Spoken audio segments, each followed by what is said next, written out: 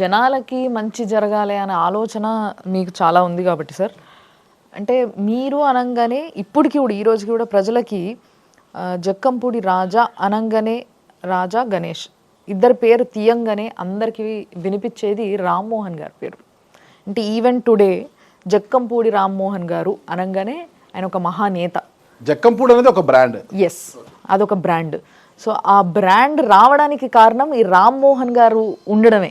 అంటే ఈయన వల్లే జక్కంపూడి బ్రాండ్ అయ్యింది అన్న విషయం అక్షరాల నిజం. ఆ బ్రాండ్ని మీరు కాపాడుతున్నారంటారా, పోనీ అట్లీస్ట్ ఉన్న దగ్గర నుంచో పెడుతున్నారంటారా? డెఫినెట్గా. అంటే నాన్నగారు చాలా పెద్ద ప్లాట్ఫామ్ వేసి ఇచ్చి వెళ్ళారమ్మా.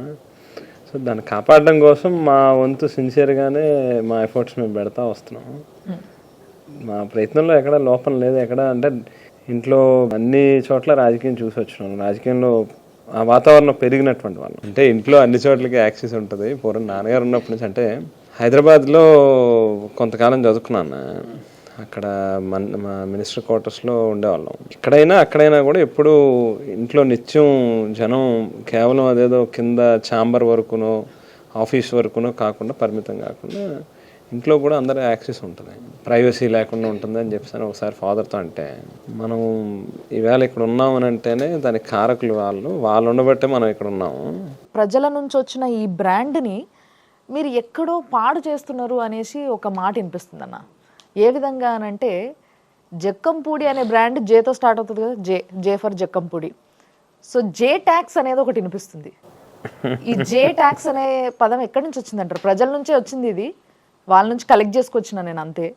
ప్రజలతో మాట్లాడి ఉంటారు, మీరు ఏ ప్రత్యర్థులతో మాట్లాడి ఉంటుంటారు.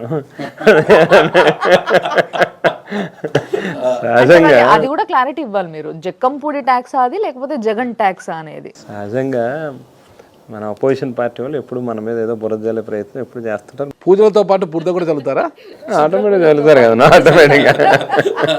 ఏంటంటే ఏదో ఒక రకంగా వాళ్ళకి వేరే దారి లేక మన మీద ఇది తప్పు చేస్తున్నాడని డైరెక్ట్గా చూపించి అడిగే ప్రశ్న వాళ్ళ దగ్గర లేక అదే పనిగా ఏదో అదో బ్రాండింగ్ చేయడం కోసం ఈ మధ్యకాలంలో నేను చూసా మన తెలుగుదేశం పార్టీకి సంబంధించి చైతన్య రథం అనుకుంటా ఒక ఏదో టైటిల్ ఒకటి పెట్టి దాంట్లోని సేమ్ టైం వాళ్ళే మళ్ళీ దానికి ఏవో మసాలాలు యాడ్ చేసి ఒక న్యూస్ క్రియేట్ చేసి ఏదో మా బంధువు ఒక అతనేమో 200 లారీలు తిప్పుతున్నాడని, ఇంకొక అతనేమో 100 ఎకరాలు నాకు సంబంధించి ఏమంటారు బినామీ కింద రియల్ ఎస్టేట్ చేస్తున్నాడని, రకరకాలుగా కథలు బాగా అల్లి దాన్ని మంచి స్టోరీ తయారు చేశారు. ఇన్ఫర్మేషన్ నాకు రాలేదన్న. అంటే మరి ప్రత్యర్థులు చేస్తున్న మాట అని మీరు చెప్తున్నారు. అంటే నిజానికి చెప్పాలంటే నేను ప్రత్యర్థుల దగ్గరికి వెళ్ళి అడగలేదు మరి.